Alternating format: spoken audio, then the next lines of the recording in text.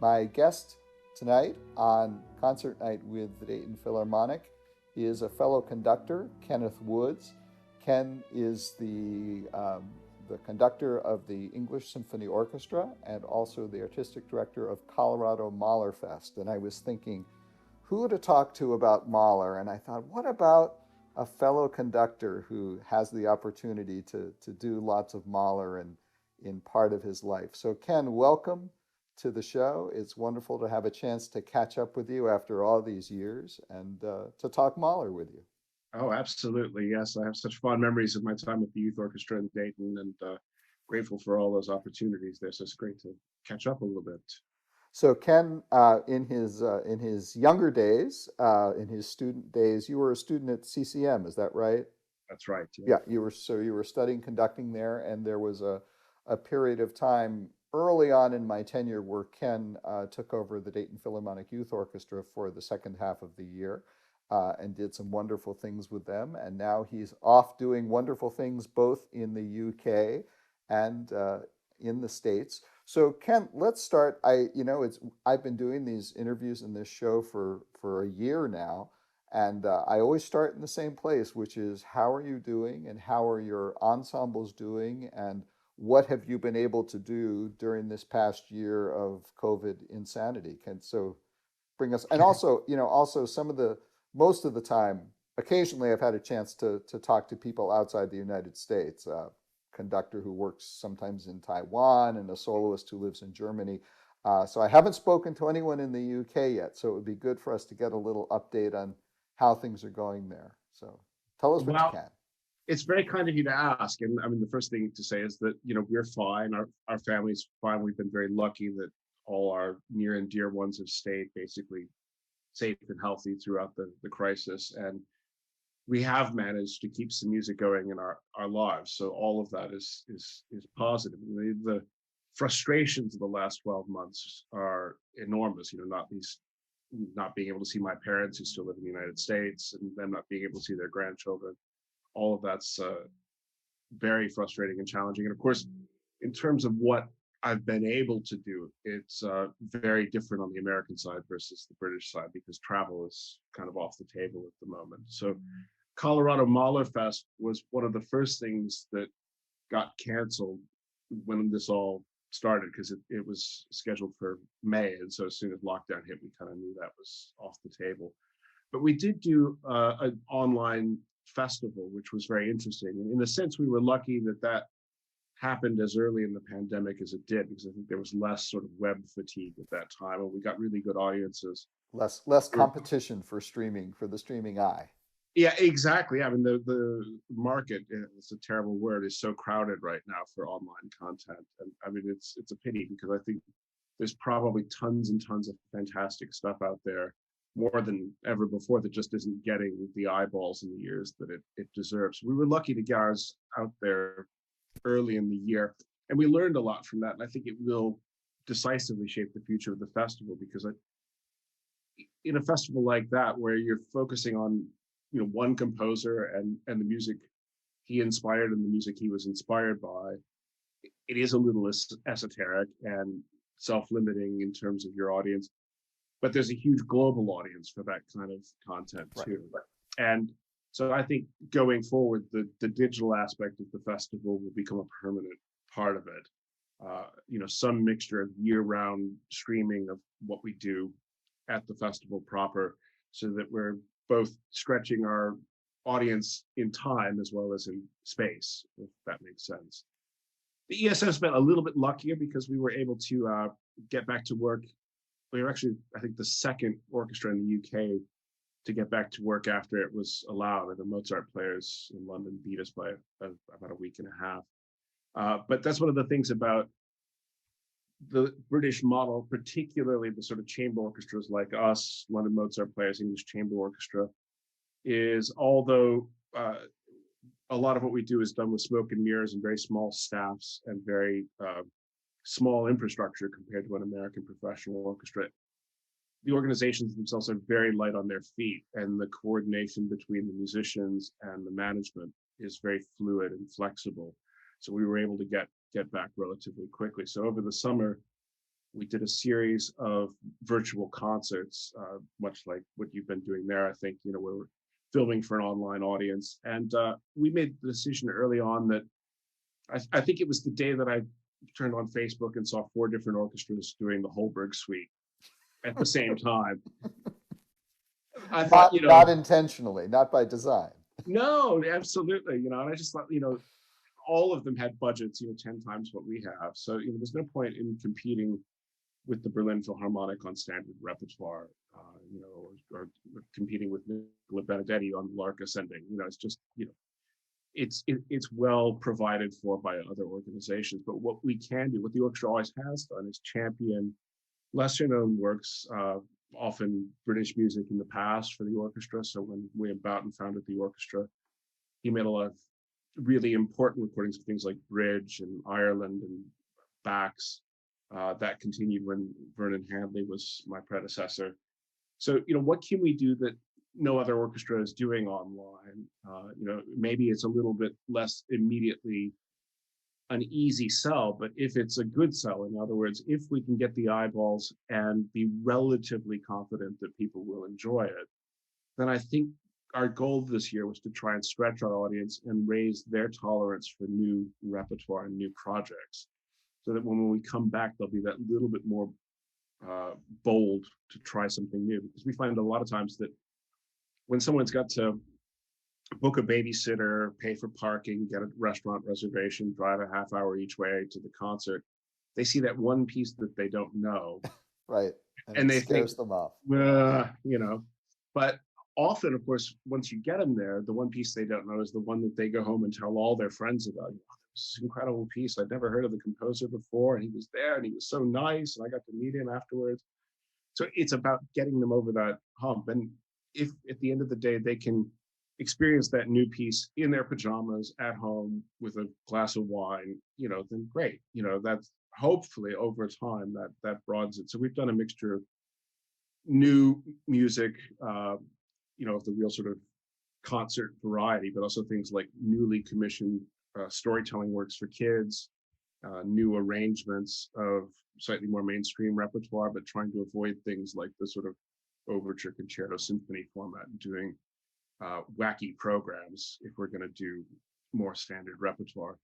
And hopefully, you know, by the end of the process, you know, at least some portion of our audience comes back a little more curious, a little bit more interested. But really, the most important thing has been to keep the musicians in contact with each other, making a living as best we can support them in that. And you know, it's been very challenging, but it's brought the orchestra closer together. So in that sense, I think it's been a really positive year. It's interesting. It's a very similar situation here. I mean, our impulse has never been to compete with the Berlin Philharmonic. Though, you know, when I watch our things and I watch their things, there's not that much difference, you know, that you would think Berlin, Dayton. But it's really it's about the musicians, and it's about the audience and keeping the relationship with the audience. And you know, it's lovely. I hear we have at least one member of our streaming service who watches from Japan. And that's great. It's, you know, Yeah. hey, we've got a viewer in Japan, but it's really about staying connected with our audience here and having them not go for this very long stretch of time without a chance to have performances in their lives. And I think that's why we've all been so committed to making this happen. And you're right, you know, it's been strange for the orchestra to play this way, you know, less regularly, spaced apart, not being able to mingle and chit chat the way they usually do, and these funny plastic barriers around the wind and brass players. But simply the ability to come together and play music has helped all of them. I mean, of course, financially, because you know they're getting a paycheck when they're working, but you know, emotionally and feeling connected to our craft and our art has been so important for everyone's sanity. So our radio audience has just heard an archival performance of Mahler's Ninth Symphony that the orchestra did. I think it was about 11 or so years ago. And you just recently did a reduced version of the Ninth Symphony. Is that correct? With the English Orchestra? Yeah, that was an amazing experience. And just by quirks of scheduling and stuff, it was a very heightened experience because we were busy through the summer and the autumn.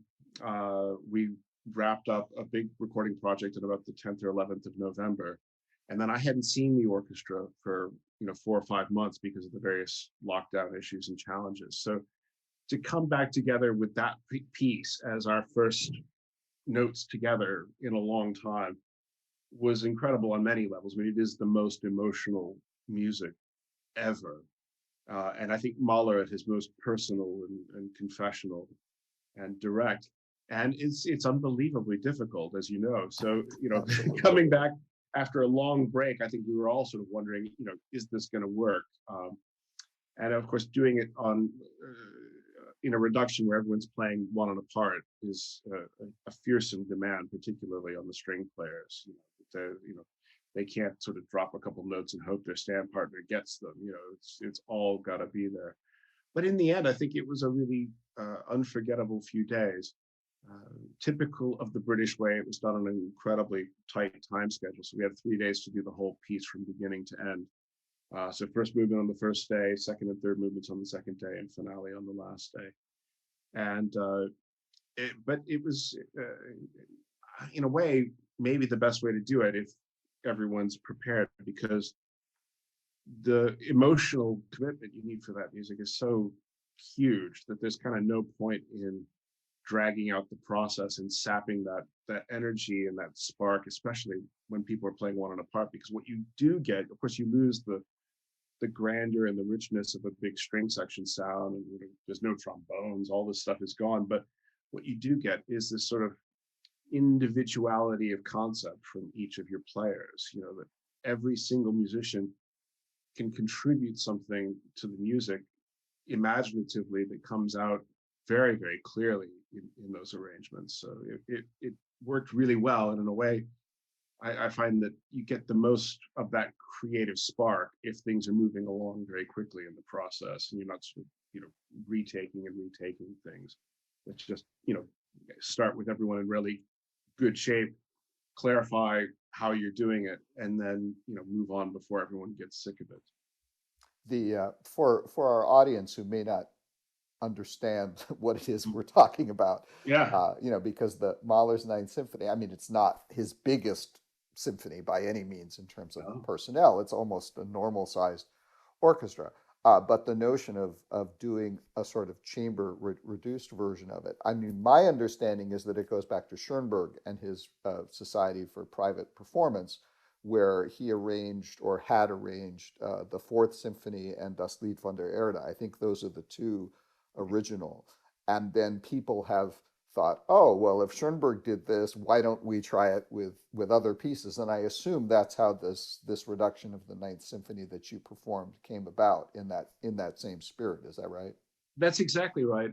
I mean, what's interesting about the Society for Private Musical Performances, especially now, is that it comes from a historical moment not dissimilar to our own, Right. and that Schoenberg set it up at the end of the First World War, when the economics of music making were under such pressure that you couldn't easily put together large orchestras, especially for contemporary music. And Das Lied von der Erde was very much contemporary Absolutely. music at that time. It was 9 years old, basically, when Schoenberg started that arrangement. And of course, Schoenberg had known Mahler well, so that this is very, very close in time to Mahler's own life, and also close personally between Schoenberg and Mahler. And that arrangement of Das Lied von der Erde and the Erwin Stein version of Mahler 4, they really work wonderfully. And I think it's very little is lost, and many discoveries can be found. And of course, the idea is that it's not instead of the original version, Right. but as a complement to.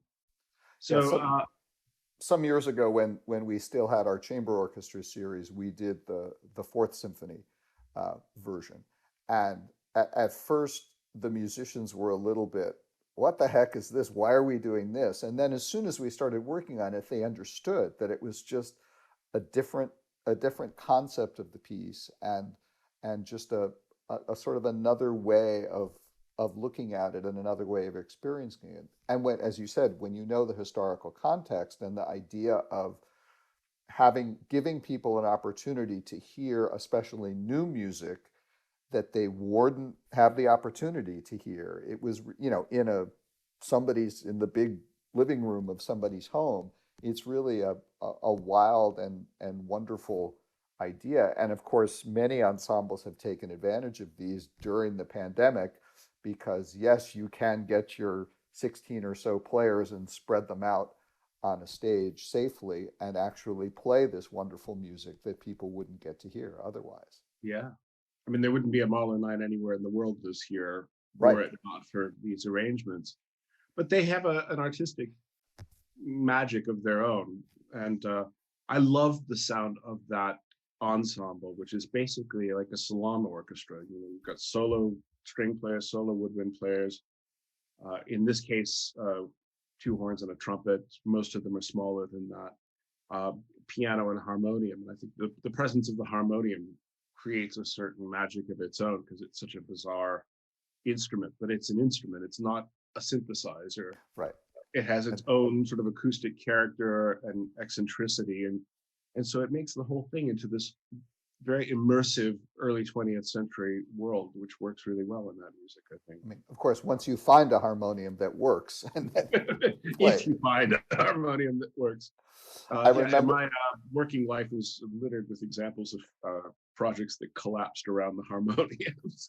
I remember when we were putting that project together, starting to, well, where are we going to find one of these things? Because precisely not wanting to use a synthesizer unless it was allowed.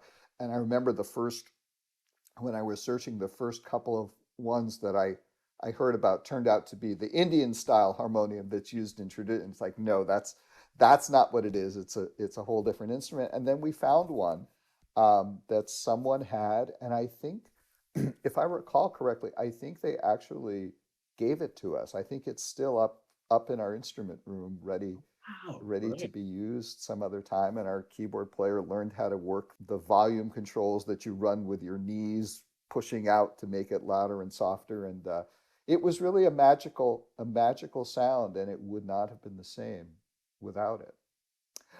One thing I wanted to ask, both about the Ninth Symphony and also about the reduced version of it. One of the things that people say about Mahler's music, and of course it's true, is that so much of it is like chamber music. Yes, he writes these very massive things, but there are also long stretches where it's just a handful of instruments and he's clearly working in that chamber music mode. So I can see how there are many passages in the Ninth Symphony that would work in that sort of intimate size. But how is it different when you have 15 or 16 players and you're in some of the big fortissimo sections, like the last big loud climax in the last movement? Do you still have proportionally that same emotional power coming from the small ensemble, or is some of it in your memory of what it's like when you have 100 players in front of you? It'll be very interesting to hear what it sounds like on the recording, which I haven't heard yet. But in the room and in the moment, it felt really massive last week. I mean, it was, and I think part of that is that in a small group like that, there's a magic of knowing everyone is playing everything they've got, that every single musician, especially the strings, are playing with an intensity that they just very rarely would do in a full orchestra, because they're trying to blend and match and dial in with each other and match their principal players and stuff. In this case, it's really everyone giving everything they've got. And because Mahler's sense of orchestral spacing is so good, in other words, he's so careful to leave spaces between, very low parts, middle parts, high parts. People don't tend to walk on top of each other, musically speaking, that even when you reduce it, you can have the brass that you do have, which in this case was the trumpet, the two horns, and the harmonium, which was sort of acting as de facto trombones, playing just about as loud as they would with the full orchestra.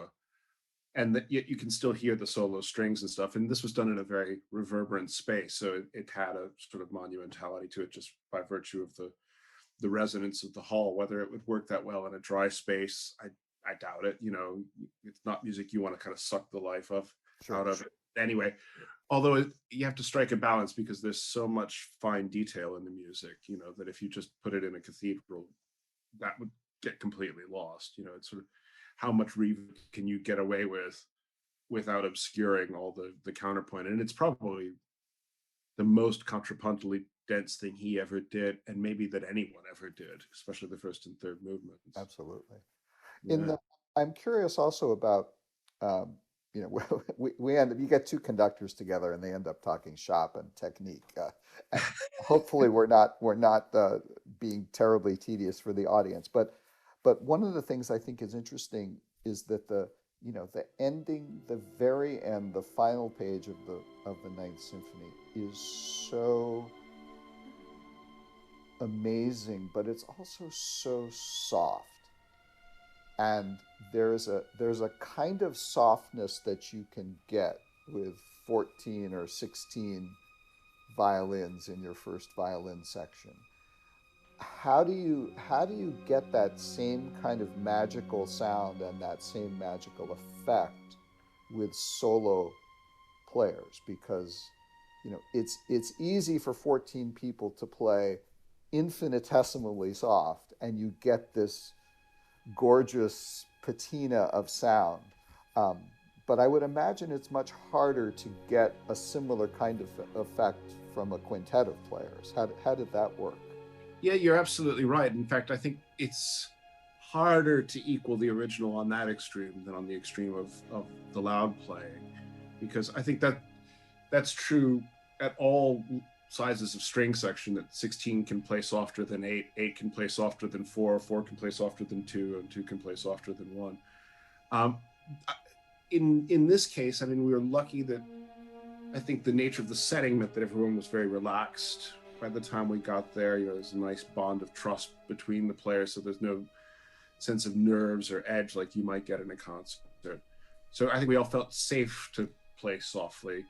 And there was a little bit of time to experiment too. And of course, there's different kinds of soft and different levels of realness in the sound. And, with a trusted producer who's a good cellist himself in the booth, we were able to try different sounds in the hall. And, Zoe, our concertmaster, would say, Phil, is that too grainy? Is it breaking up too much? Are you getting enough tone?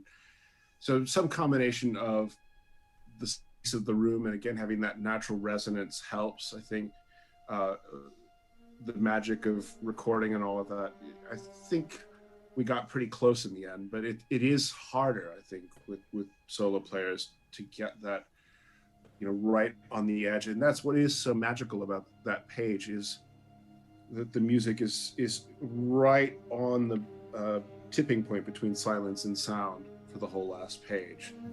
And it keeps slipping into silence and then back out of it. And those transitions mustn't be abrupt, that it's sort of, we're playing a chord and here's a cutoff. No, it's got to be, where did it go? Oh, when did it start? And Right, exactly. Right to the end. Yeah. So here's a conceptual question about Mahler's Ninth that, again, these are the sorts of things that when you're working with professional musicians, they don't really want to have these conversations. They want to play the music. They want to know how loudly they should play, and why can't I be heard because the trombones are playing so loud. But one of the things about the Ninth Symphony, I have known some conductors, I won't mention them, but I've known some conductors who are so caught up in the notion that the Ninth Symphony is about death, that there's this kind of weight and pallor around the music. And I remember the first time, and I had covered the piece at least a couple of times for different conductors, but never had the experience of conducting it myself until this performance that our audience just heard. And as I dived into the piece, I had this feeling like, what were they thinking? You know, to me, this is a symphony.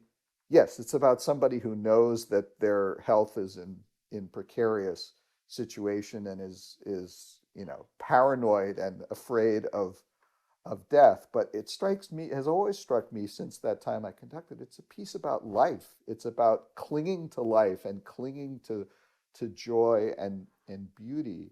Um, so I was just curious, now that I've sort of set it up like the bad guys and the good guys, what are you going to say? But what was your personal experience when you dive into this piece, and what does it say to you, and how does it inform the way you act on? Because I think this is a piece when you don't get up on the podium, you can't be the same person conducting this Ninth Symphony that you are Schubert's or Dvorak's or Beethoven.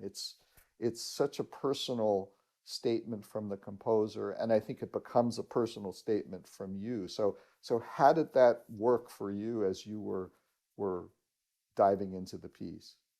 I suspect that my trajectory with my relationship to the piece is similar to yours and what you've described.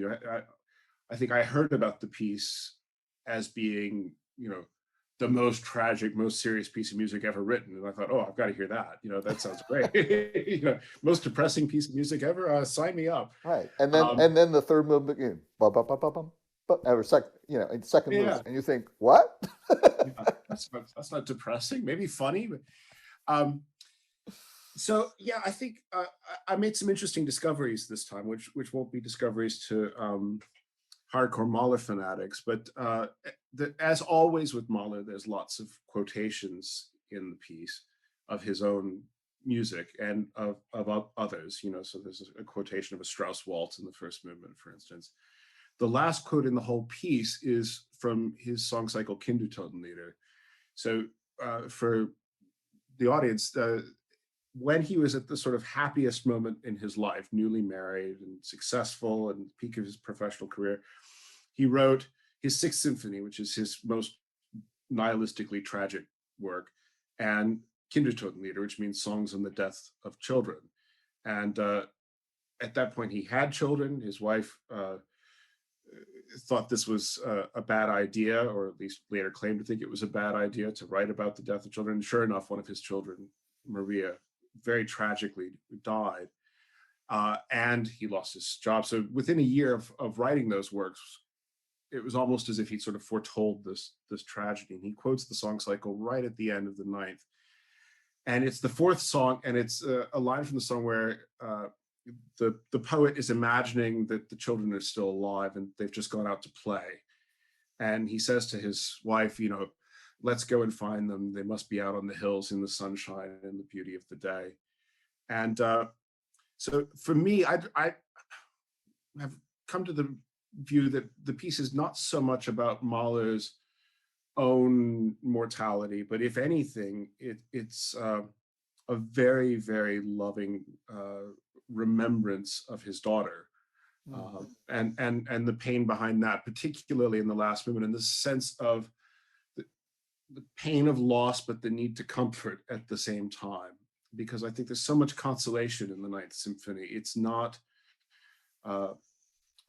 music of sort of tragedy where things, hit, but where crises emerge, and then gradually a sort of wisdom and acceptance comes over the music. And I think the first movement is such a huge celebration of love and life. I mean, it has huge emotional swings. But again, if it's this idea of sort of the getting to that stage in life where the future you'd hoped for doesn't exist anymore, and you have to contemplate a new future, but I think it is still very much contemplating a future. And so this passage where he quotes the Strauss waltz in the first movement is, the waltz is called Joys of Life in German. And he writes in the score over the top of the page, "Oh, vanished youth, oh, love blown away."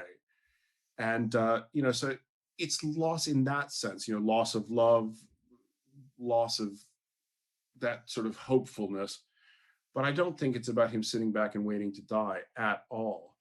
And in fact, the more the music is infused with sort of passion and love of life, the more it really comes to life, I think. And for me, the first movement, like a lot of Mahler's music, has a lot of Schubert in it, and that sense of first of all, it's an andante, not an adagio, so it should be at a walking tempo. It should be with some life to it.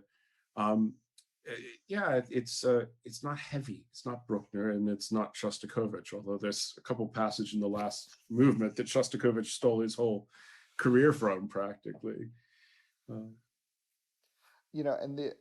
the other thing that I think is, it's hard not to think of Das Lied von der Erde and the Ninth Symphony together, since they were written one after the other, and since both of them end with these very peaceful endings, but with this sort of aura of the possibility of death and farewell around them.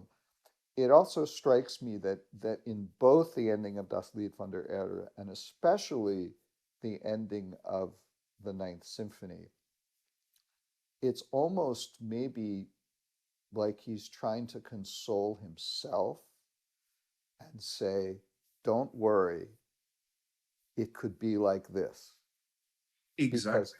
Because if you listen to the last page of Mahler's Ninth Symphony and you think, maybe this is what it's like to transition from life into death, and maybe that's why the music disappears and then comes back and then finally disappears and it doesn't come back. And to think of Mahler's psyche and how almost obsessed he'd been with it, it may have been like a message to himself. Think that this is what it's going to be like, and then you can go on and go to the next day and maybe not worry about it so much. I mean, that's a trope that goes through absolutely his whole life's work, really. I mean, if you go back to the Second Symphony and the line "Sterben werde ich zu leben," I must die in order to live. And in fact, he says in the First Symphony that the hero has to die in the fourth movement or accept the inevitability of death in order to triumph. And so I think it's a cycle that he was always going through of renewing himself. After he'd had this hemorrhage in the early 1900s that nearly killed him, he came back with the Fifth Symphony, in which you've got two very, very stormy, tragic movements at the beginning, moving towards a really joyful and humorous apotheosis at the end.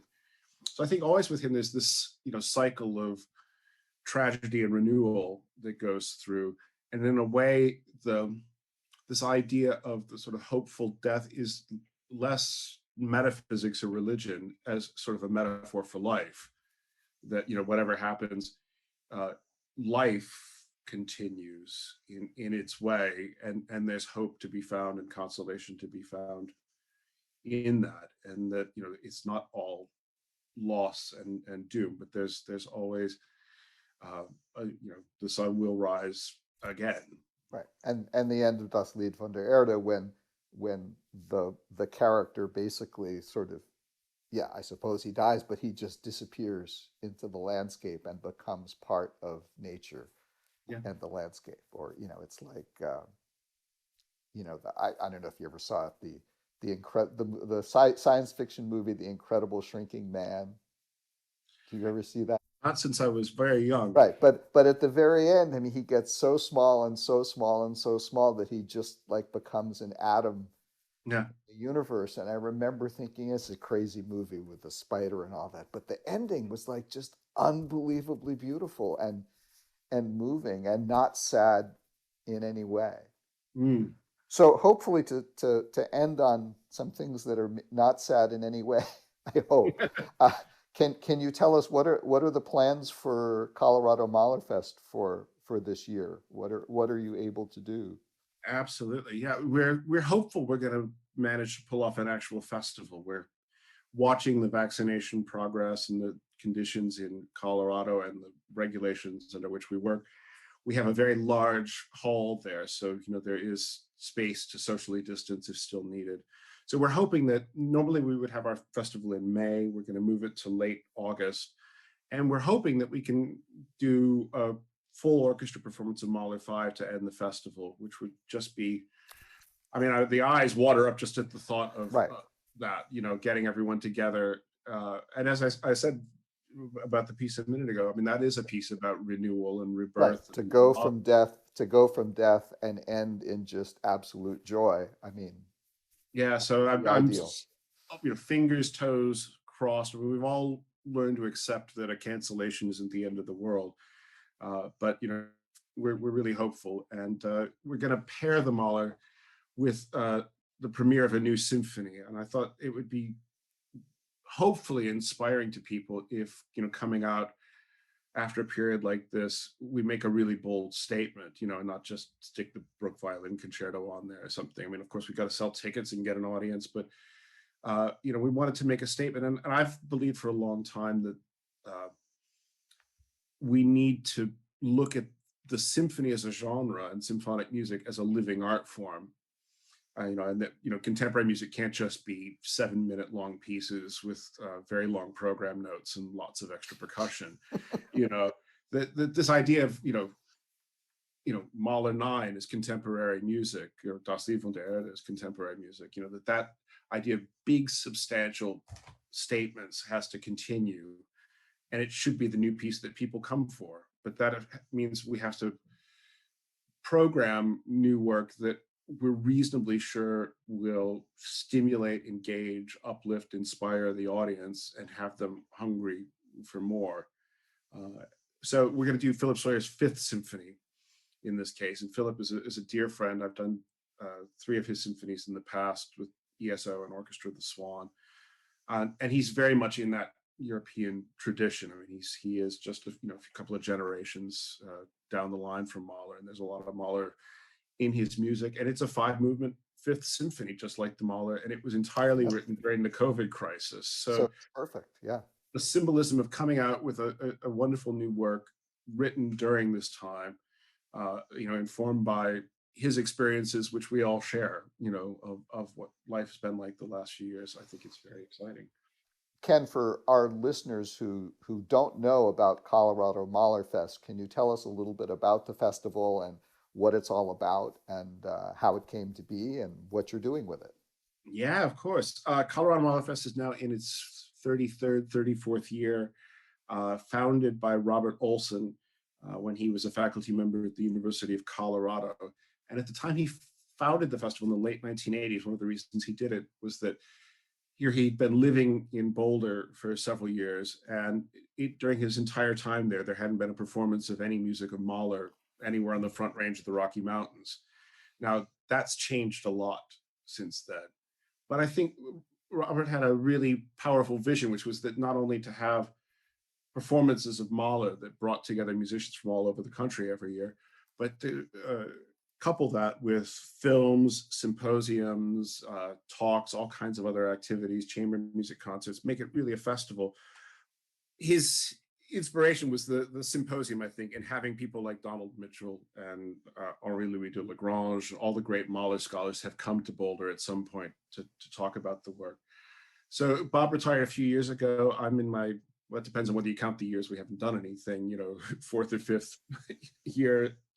And times have changed a lot. So it's a little bit less about championing Mahler, because now Mahler is, you know, a repertoire composer that everyone plays. And you know, there'll be other Mahler symphony performances on the same day as ours almost every year. In fact, my first year, we were doing Mahler 7 at exactly the same time the Colorado Symphony was doing Mahler 3, you know, just 30 miles down the road. So these things happen now, but we make Mahler the center of a bicycle wheel with lots of spokes. So, you know, it's who were the composers that Mahler learned from, and what can we learn from his conducting of Beethoven or Schumann? So for instance, last year we did Mahler's orchestration of Beethoven's Leonore Overture No. 3, which is quite different to Beethoven's, but very interesting. And it also tells you a lot about how he revises his own music, to see how he revises earlier composers. Or we can program works of earlier composers that Mahler quotes from, references. So when we did the First Symphony, last year for non-Mahler fanatics. The opening of Mahler's First Symphony is based on the opening of Beethoven's Fourth Symphony. So we did a list transcription of the Beethoven Fourth just to let audiences hear those things in close succession. And then we look at composers who were influenced by Mahler. So people like Philip and David Matthews have come as composer in residence over the last few years. David Matthews, great symphonist in his own right, but also very much involved in the completion of the 10th Symphony a few years ago. And then also looking at that generation immediately after Mahler, so Schoenberg, of course, but people like Krennic, Erwin Schulhoff, Hans Gall, that whole generation of Central European composers, many of them Jewish themselves, who were they looked at Mahler as a beacon of what could be done, and started down that road. And of course, for many of them, their progress was ultimately derailed by the Nazis coming to power in 1933. So there's a whole generation of brilliant sort of post-Mahlerian composers whose work was lost for a lot of the 20th century. And there's a lot of good work to be done there in terms of bringing those composers to light. And if you can get an audience in to hear Schulhoff because they know the Mahler, then I think that's really worthwhile. And they'll go home with two favorite composers instead of one. Right.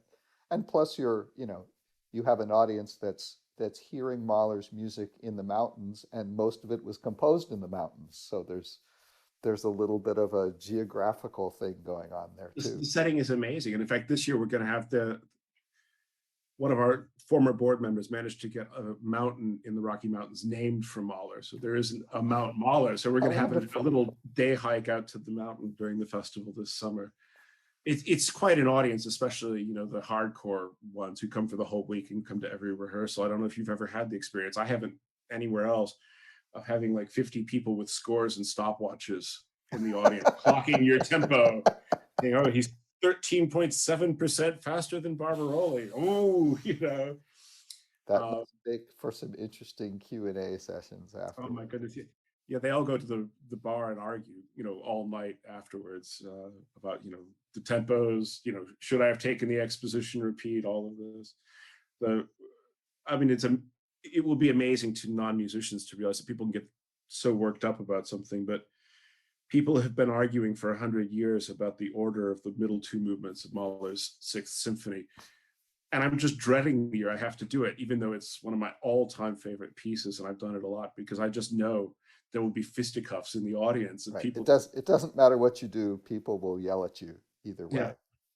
Well, exactly. You perform it on 2 nights in both orders, and then you keep everybody happy. Yeah. How about that? Or no one. Or no one. Yes. Exactly. So here's just a very practical question, and it pertains both to your musicians in Colorado, especially the wind and brass players, and to you, which is there's so much about playing Mahler's symphonies, especially the bigger ones, that's very physical and very taxing on the breath and all of that, and also as a conductor. So what's it like doing this music at altitude, and how do you and your players deal with? I suppose if a lot of them are based in Colorado, they're used to it, but you, as a generally lower altitude person, how do you get used to the notion of conducting Mahler at a mile up in the air?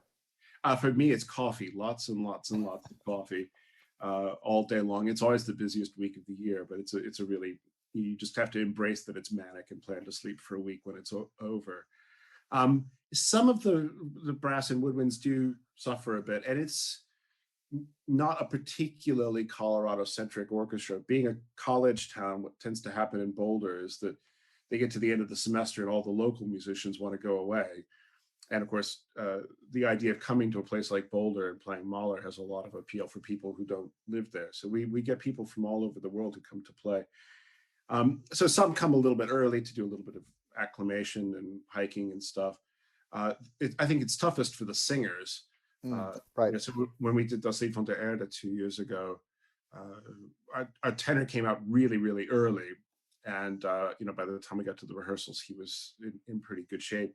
And our mezzo was absolutely amazing. She was unable to come as early as she would have liked, but I think she had, to her credit, really thought it through. This is Stacey Richoy, who's, her singing of it was amazing.